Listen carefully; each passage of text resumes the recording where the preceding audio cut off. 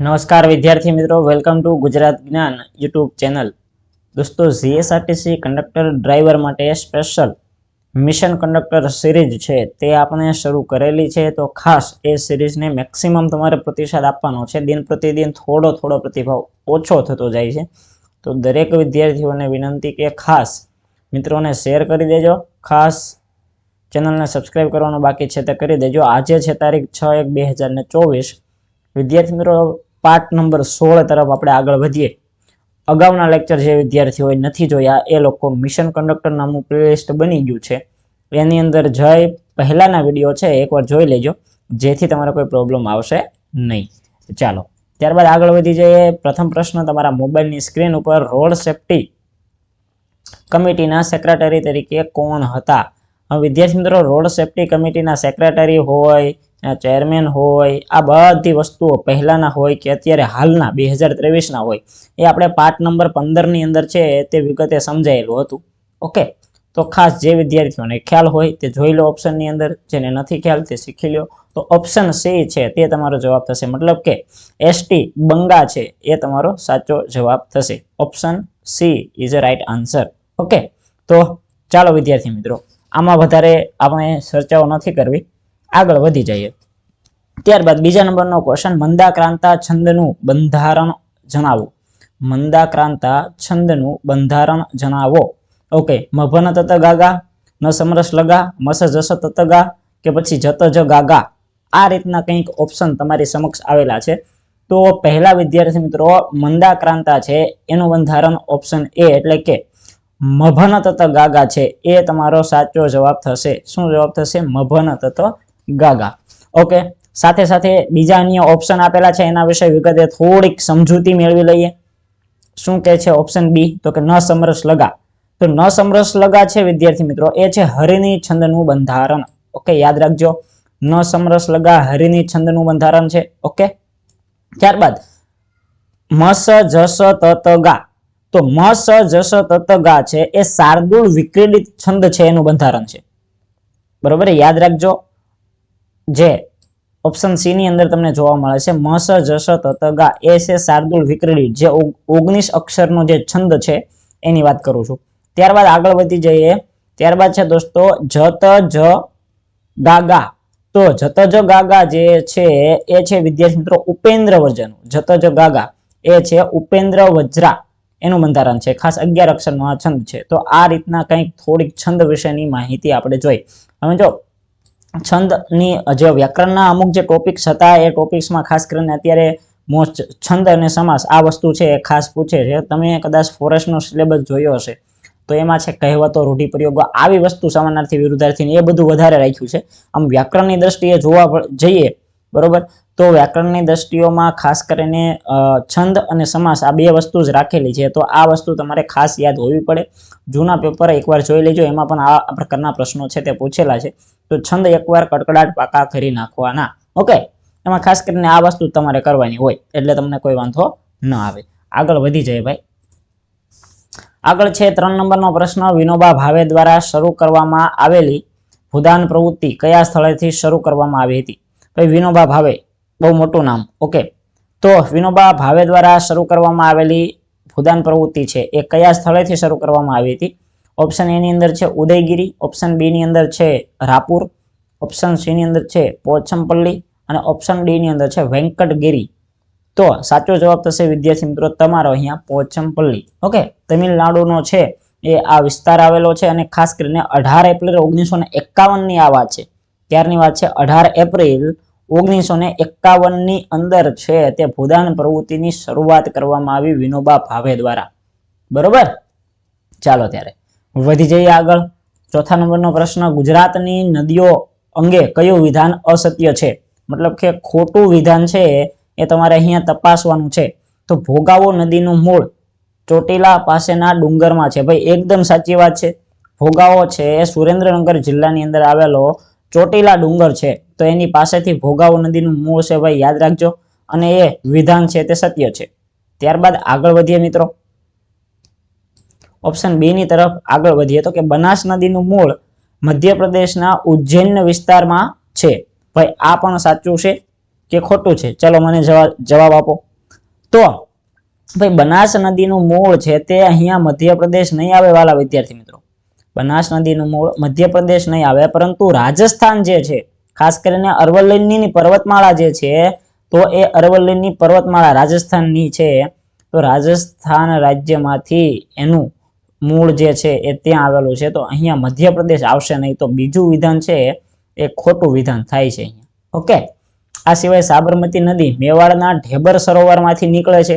આ પણ વિધાન એકદમ સાચું છે. યાદ રાખી લેજો, સાબરમતી નદી ક્યાંથી નીકળે છે? તો કે મેવાડનો જે વિસ્તાર છે ઢેબર સરોવર ત્યાંથી નીકળે છે. અને છેલ્લે કે તાપી નદીનું મૂળ મધ્યપ્રદેશના બેતુલ જિલ્લાના મુતલાઈ પાસેના પવિત્ર જરામાં છે.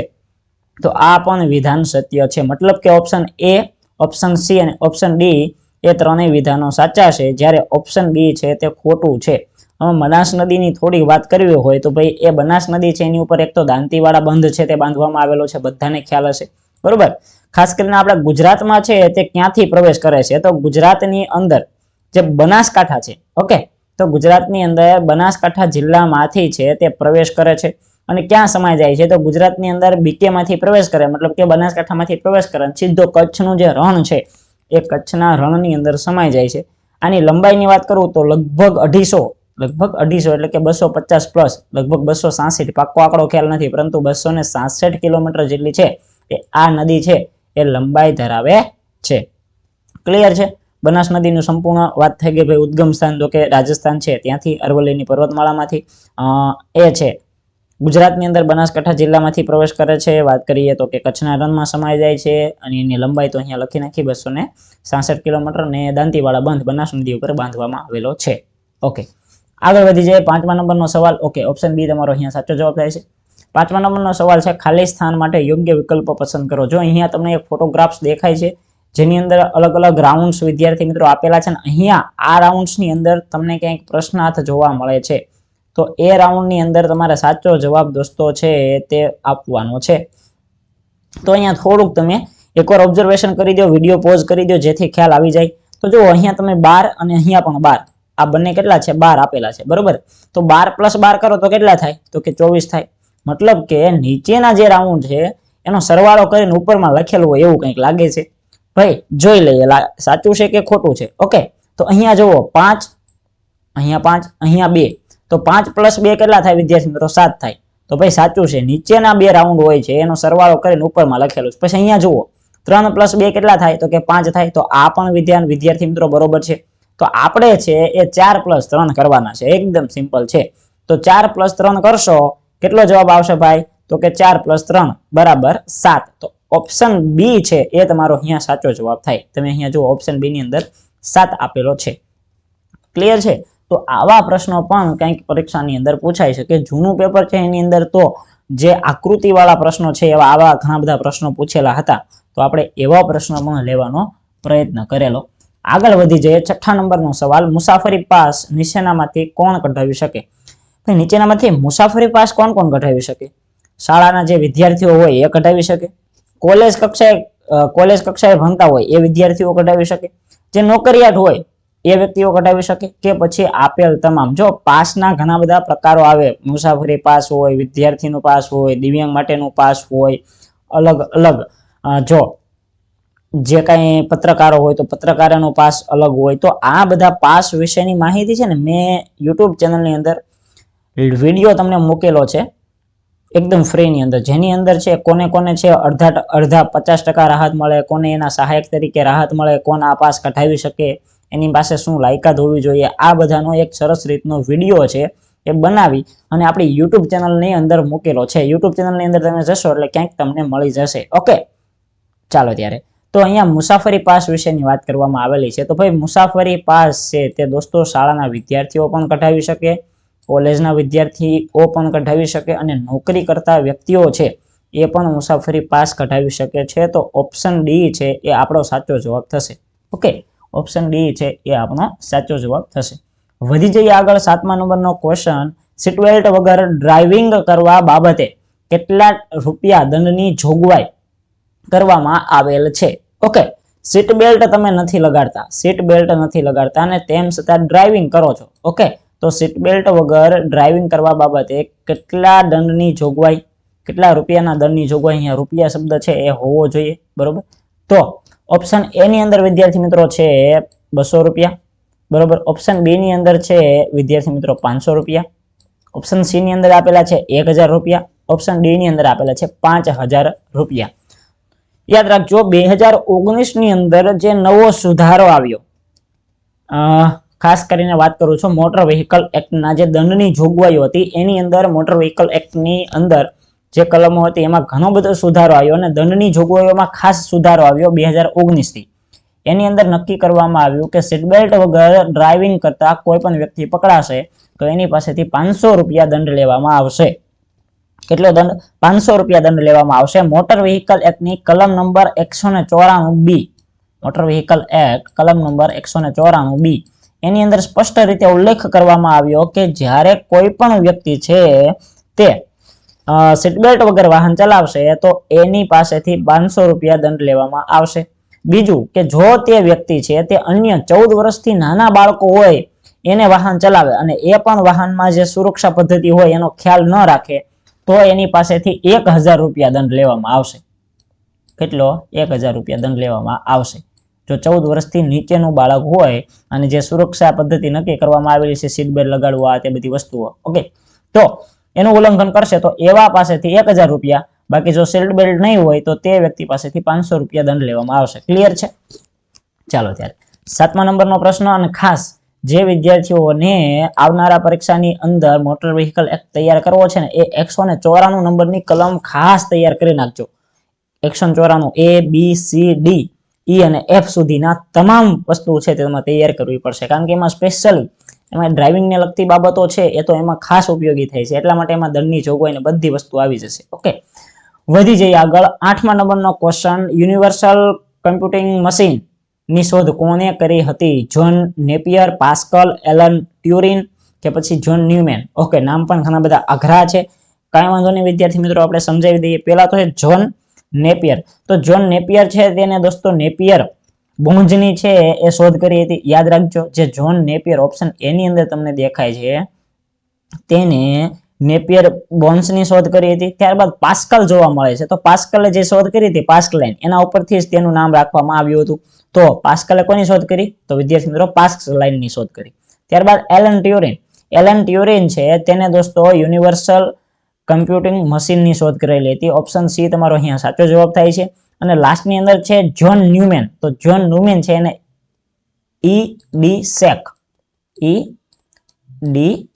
સેક નામનું છે મશીન છે એની શોધ કરી હતી. ખાસ વેક્યુમ ટ્યુબનો એની અંદર છે ઉપયોગ કરવામાં આવેલો હતો. ઓકે, ઈડી સેક. ચાલો ત્યારે, તો આ રીતના કંઈક પ્રશ્નો તમારી સમક્ષ આવ્યા. ઓપ્શન સી છે એ તમારો સાચો જવાબ થાય છે. ઓપ્શન સી તમારો સાચો જવાબ થાય છે. વધી જઈએ આગળ. સિલિકોનથી બનેલી ઇન્ટિગ્રેટેડ સર્કિટનો ઉપયોગ કઈ પેઢીમાં કરવામાં આવ્યો? ભાઈ સરસ રીતનો પ્રશ્ન છે ને આવા જ પ્રશ્નો છે એ કંડક્ટરની પરીક્ષામાં હશે. આ જ ટાઈપના પ્રશ્નો કંડક્ટરની પરીક્ષામાં જોવા મળશે. તો સિલિકોનથી બનેલી ઇન્ટિગ્રેટેડ સર્કિટ છે એનો ઉપયોગ કઈ પેઢીમાં કરવામાં આવ્યો હતો? પ્રથમ, બીજી, ત્રીજી કે ચોથી? તો યાદ રાખજો વિદ્યાર્થી મિત્રો, ત્રીજી પેઢી જે હતી, તો ત્રીજી પેઢીની અંદર છે સિલિકોનથી બનેલી ઇન્ટિગ્રેટેડ સર્કિટ એટલે કે આઈસી છે એનો ઉપયોગ કરવામાં આવ્યો હતો.